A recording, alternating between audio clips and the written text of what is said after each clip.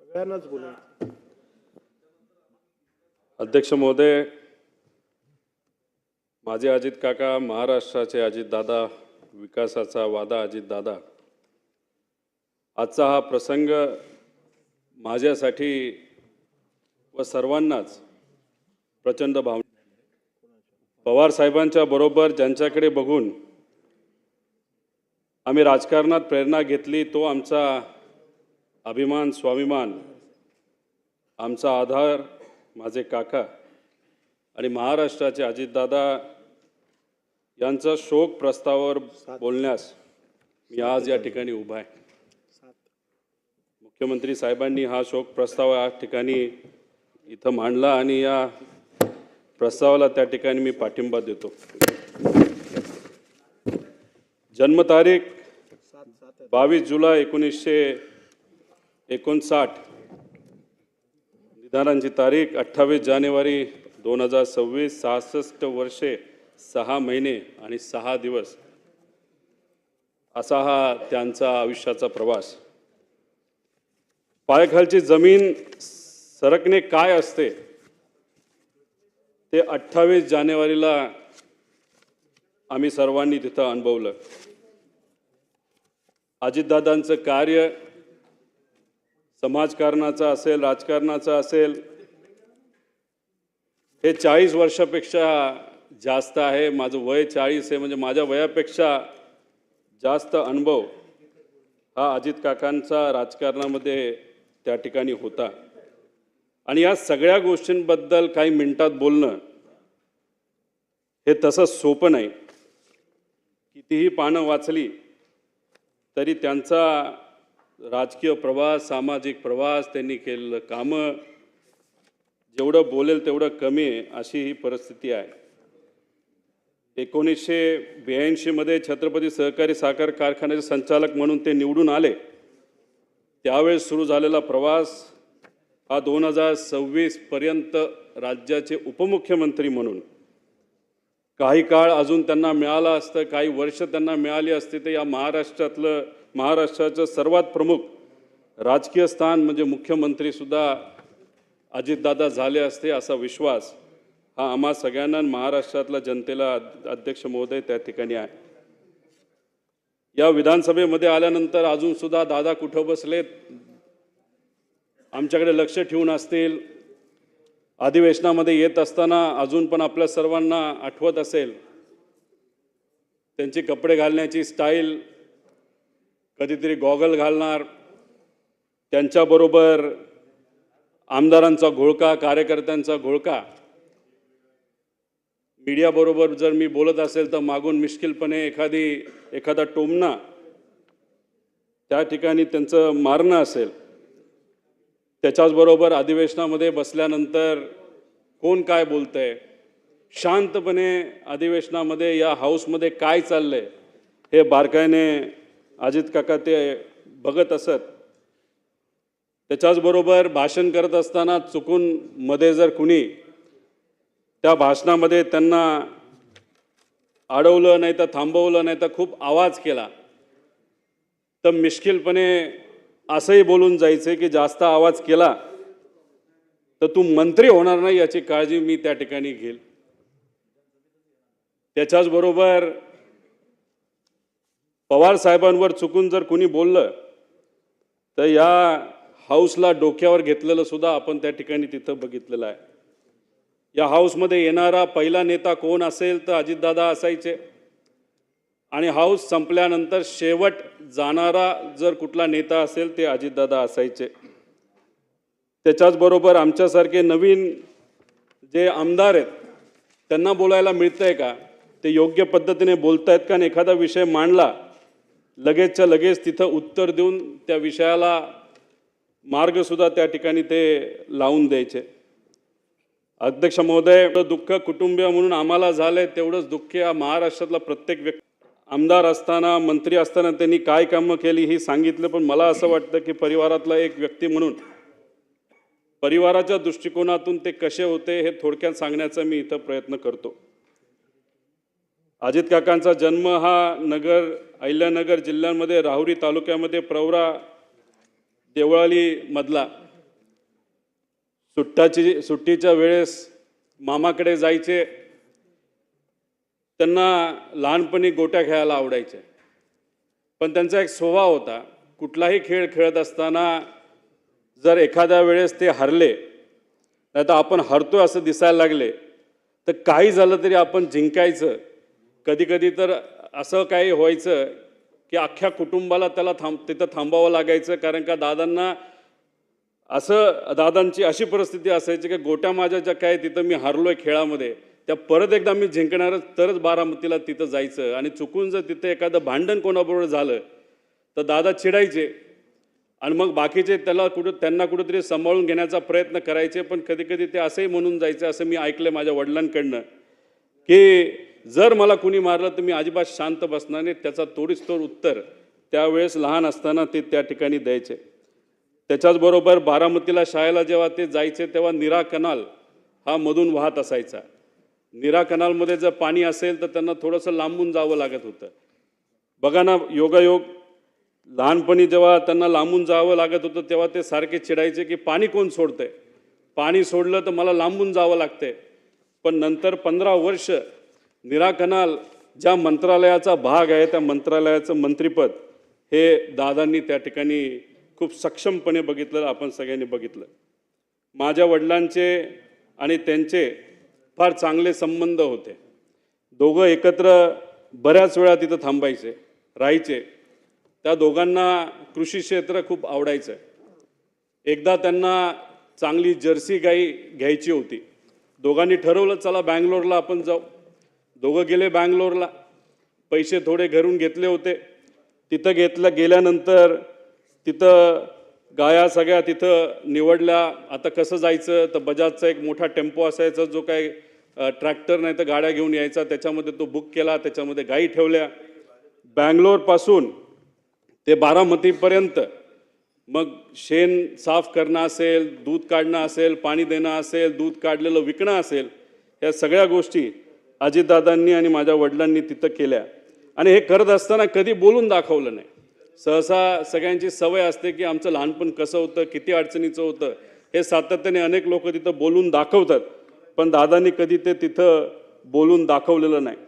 त्याच्याचबरोबर असेही काही अनुभव मी ऐकलेले आहेत की जेव्हा लहानपणी ते श्रीनिवास काका असतील असं चालत मातीच्या रस्त्याला जायचे आणि जात असताना जेव्हा रस्त्यावर एखादा दगड असेल, काटा असेल ना तर काही असेल तर ते साईडला सारून ठेवायचे. की त्यांचं म्हणणं असायचं की ठीक आहे, आपण आता चालतोय, आपल्याला दगड दिसतो तर तो बाजूला करूया, म्हणजे मागून येणारी एखादी गाडी असेल, बैलगाडी असेल, त्याला कुठं त्या ठिकाणी त्रास होऊ नये. म्हणजे दुसऱ्याची काळजी कशी घ्यायची ही लहानपणीपासून दादांनी त्या ठिकाणी जपून ठेवलं होतं. त्याच्याचबरोबर शेतामध्ये जात असताना गाजर गवत असेल नाही तर अजून कुठलं काय असेल तर ते उपटायचं आणि बांधावर काढून ठेवायचं. आणि लहानपणी कोल्हापुरात शहाजी महाराजांच्या शाळेमध्ये, राजश्री शाहू महाराजांच्या शाळेमध्ये त्या ठिकाणी गेल्यानंतर पुरोगामी विचाराचा पगडा त्यांच्या मनावर, ध्यानावर आणि विचारांवर त्या ठिकाणी बसला.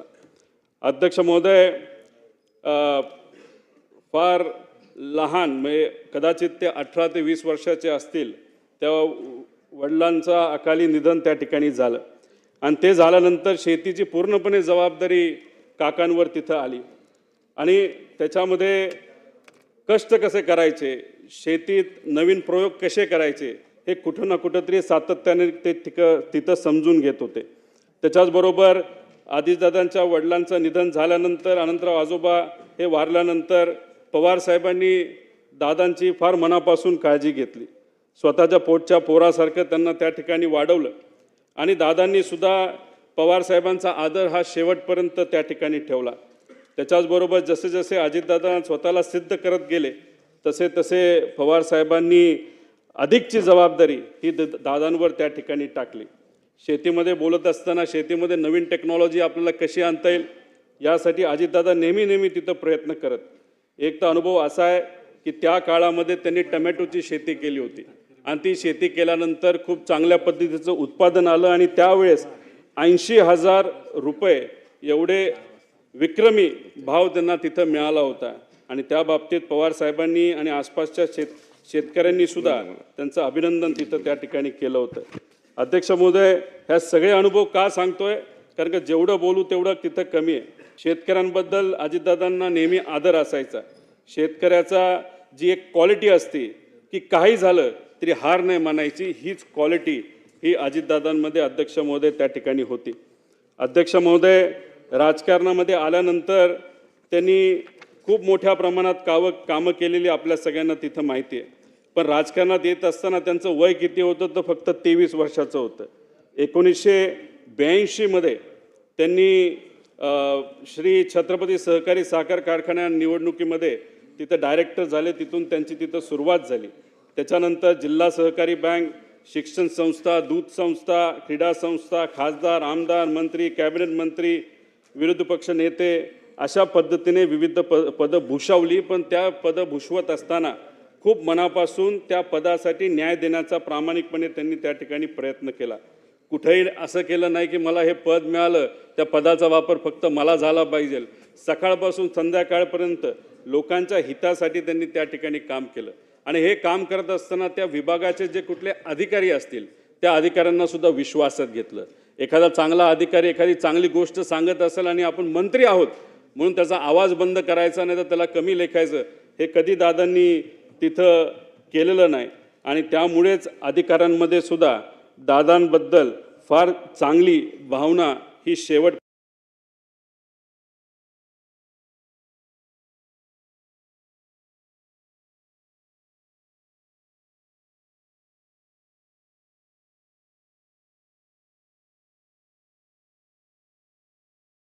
पर्यंत राहिली. स्वभाव खूप कडक आहे असं दादांचा स्वभाव खूप कडक आहे असं लोक म्हणायचे.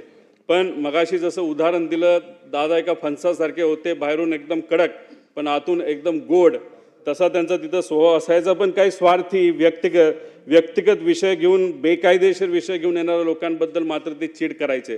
पण एखादा सामान्य व्यक्ती त्यांच्याकडे आला तर लगेचच्या लगेच तिथं काम आपल्याला कसं करून घेता येईल याचं प्राधान्य ते नेहमी त्या ठिकाणी देत असायचं. त्याच्याचबरोबर असे काही जण म्हणायचे की त्यांना राजकारण सोडून दुसऱ्या कशातच रस नाही. पण एखादे चांगले चित्र असेल, चांगली कलाकृती असेल तर नक्कीच त्याला त्या ठिकाणी ते वेळ द्यायचे. चांगली गाणी, जुनी गाणी ही गाण्यास गायला, ऐकायला त्यांना त्या ठिकाणी आवडायचं. त्याच्याचबरोबर त्यांना पिक्चर बघायला सुद्धा आवडायचं. पण बहुतांश पिक्चर त्यांचे ते आवडकीचे जे होते ते सर्व जुने पिक्चर होते. खरं तर मी मध्ये त्यांना विनंती केली होती की KGF पिक्चर हे तुम्ही बघा, रॉकी भाय. कारण की एका प्रचारामध्ये मी कुठेतरी बोलून गेलो, आजचे रॉकी भाई कोण आहेत राजकारणात? ते तर दादा आहेत. तर दादा म्हणले, हा कसला पिक्चर तू काढला? म्हटलं, दादा जेव्हा प्रचार होईल, आपण पिंपरी चिंचवडमध्ये सत्तेत येऊ, त्यानंतर आपण दोघं एकत्रित बसून तो पिक्चर बघू. पण ते स्वप्न माझं जे कुठलं छोटं असेल ते त्या ठिकाणी काही पूर्ण होऊ शकत नाही. अध्यक्ष महोदय, खरं तर अजितदादांची दुसरी बाजू, जेव्हा केव्हा एखादा कार्यकर्ता अडचणीत येतो तेव्हा ते मनापासून त्या कार्यकर्त्याला मदत करत असेल. आपण एखाद्या पदावर असलो काय नसलो काय, लोक जेव्हा अडचणीत असायची त्या लोकांना सुद्धा तिथं मदत ते सातत्याने त्या ठिकाणी करत होते. 2005 साली मांढरादेवी दुर्घटनेतील चेंगराचेंगरीत सुमारे 300 जणांचा मृत्यू झाला. अजितदादा लगेचच्या लगेच तिथं गेले. जी काय मदत आपल्याला शासनाकडनं, प्रशासनाकडनं आणि व्यक्तिगत करता येईल ती मदत तिथे असणाऱ्या लोकांना व त्यांच्या नातेवाईकांना तिथं केली. अध्यक्ष महोदय, पक्ष संघटना बांधणीमध्ये सुद्धा त्यांचं खूप मनापासूनचं लक्ष तिथं असायचं.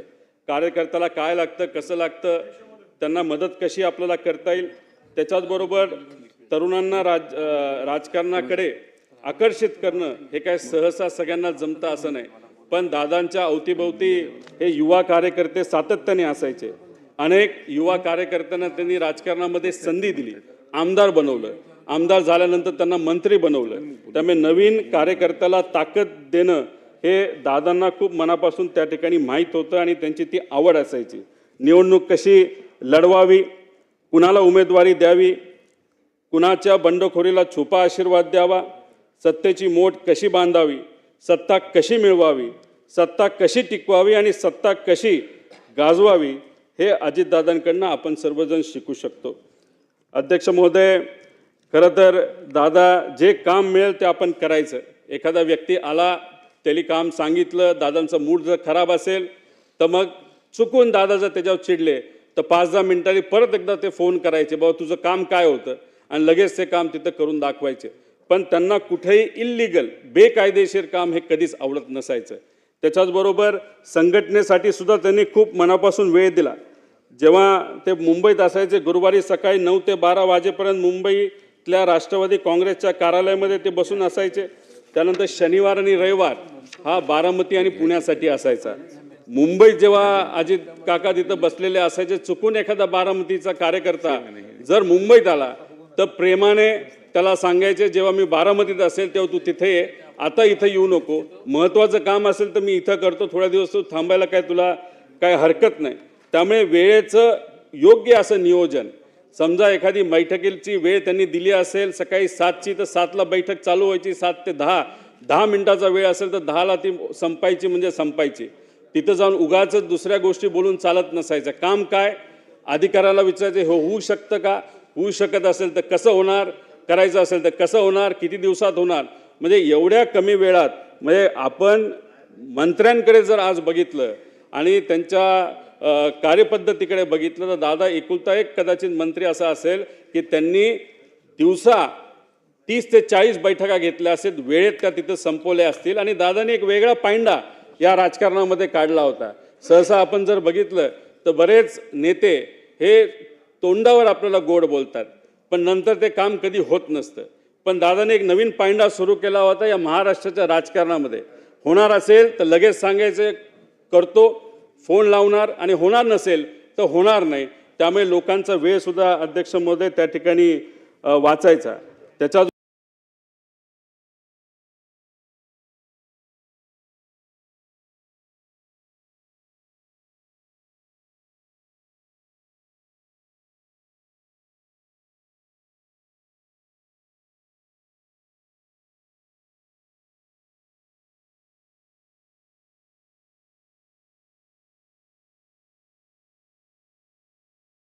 बरोबर मंत्री म्हणून जे सिंचन क्षेत्रातलं काम त्यांनी खूप मोठ्या प्रमाणात केलं. पाटबंधारे मंत्री असताना सुद्धा त्यांनी खूप मोठ्या प्रमाणात कामं केली. विदर्भासाठी, मराठवाड्यासाठी,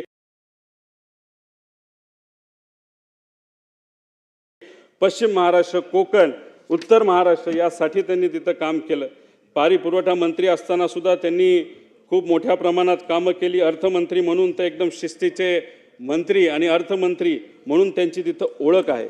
11 वेळा त्यांनी बजेट तिथं सादर केलं आणि ते करत असताना काटकसरीने आपल्याला राज्याची तिजोरी ही कशा पद्धतीने त्या ठिकाणी त्याचं नियोजन करता येईल हे दादांनी आपल्या सर्वांना दाखवून दिलं.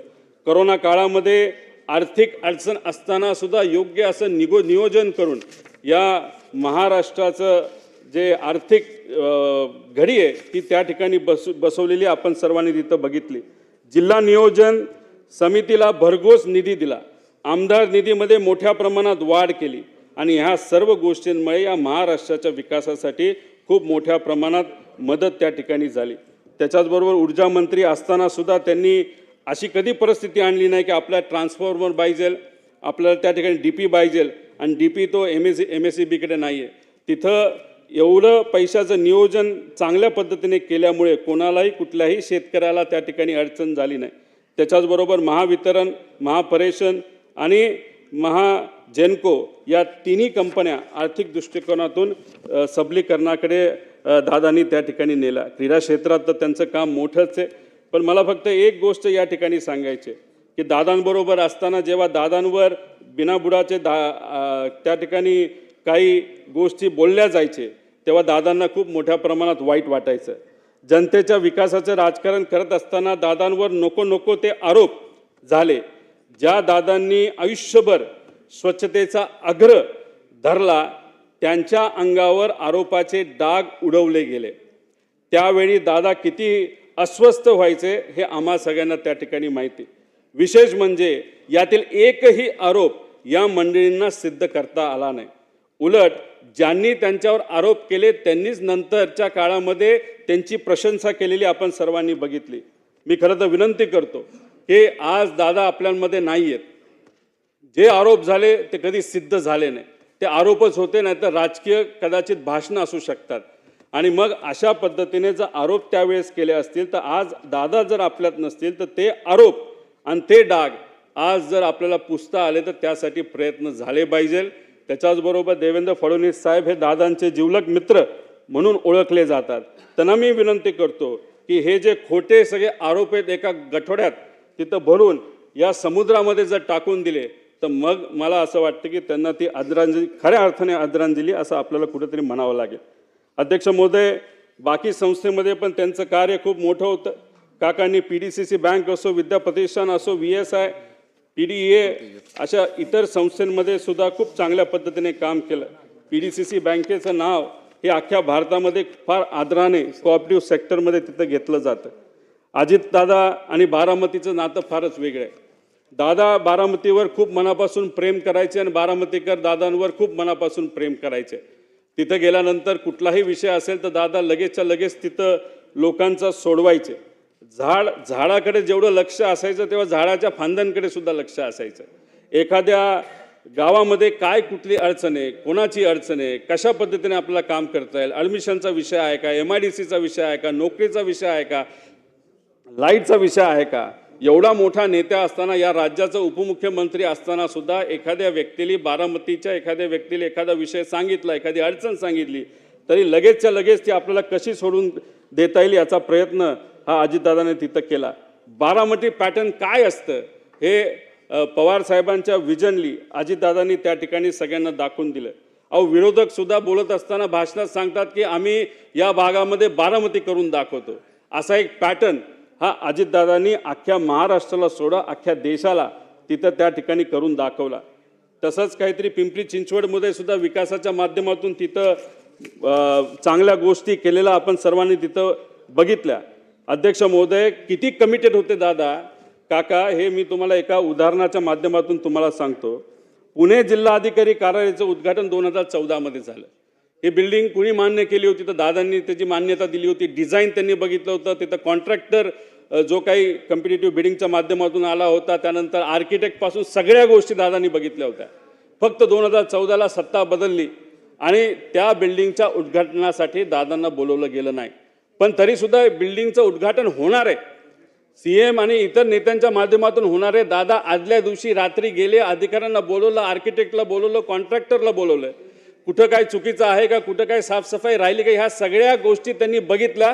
एवढी कमिटमेंट ही अजित काकांची, अजितदादांची तिथं आपण सर्वांनी या महाराष्ट्राच्या राजकारणामध्ये तिथं बघितली.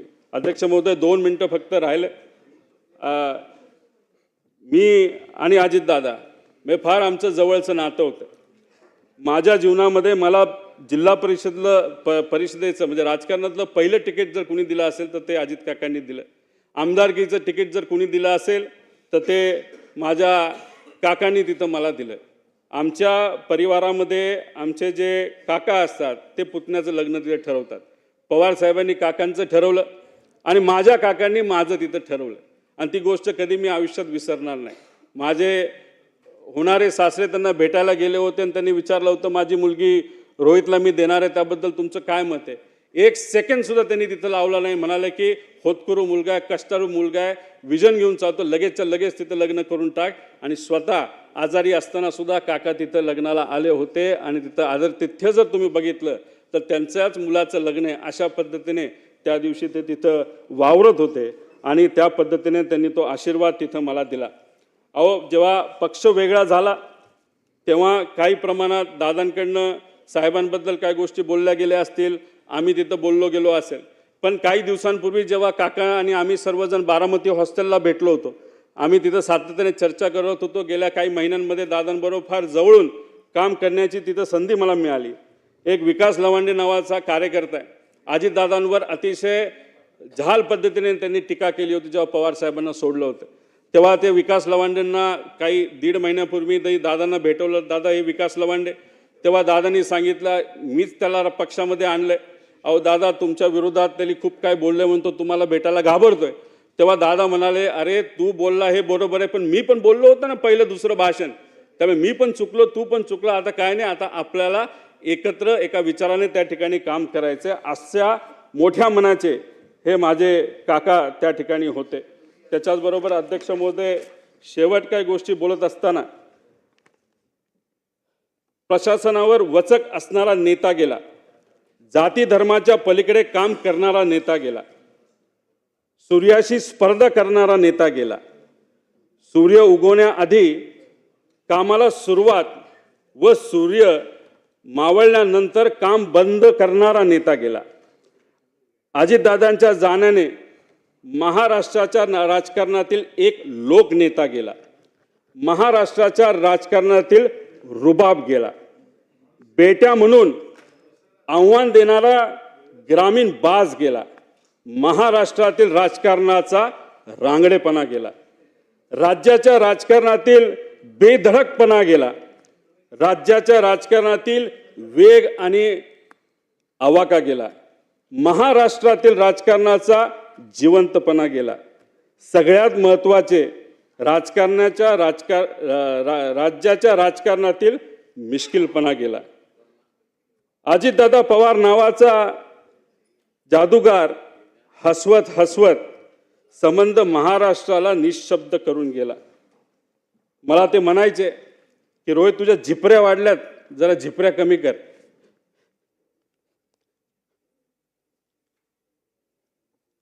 त्या दिवशी एक आदरांजली म्हणून तिथं मी माझे केस कापले. ते मला म्हणायचे, तू जरा शारीरिक वजन वाढले, तू जरा शारीरिक वजन कमी कर, पण राजकीय वजन वाढव. मी नुसतं म्हणायचो हो करतो, पण मी त्यांना शब्द देतो की माझी हेअरस्टाईल मी अशीच ठेवेल, शारीरिक वजन करेल, राजकीय वाढवेल, पण एक गोष्ट मात्र खरी. ते मला म्हणायचे वरचं बटन वरपर्यंत लावत जा, पण काकांना एक सांगायचं, 40-50 वर्षानंतर मी जेव्हा तुम्हाला भेटेल तोपर्यंत मी बटन असंच उघडे ठेवणार, त्यावेळेस मात्र तुम्हाला भेटल्यानंतर हे बटन मी त्या ठिकाणी लावेल, कारण शेवटी हे बटन असं ठेवल्यानंतर तुमची आठवण त्या ठिकाणी मला नक्कीच त्या ठिकाणी येईल.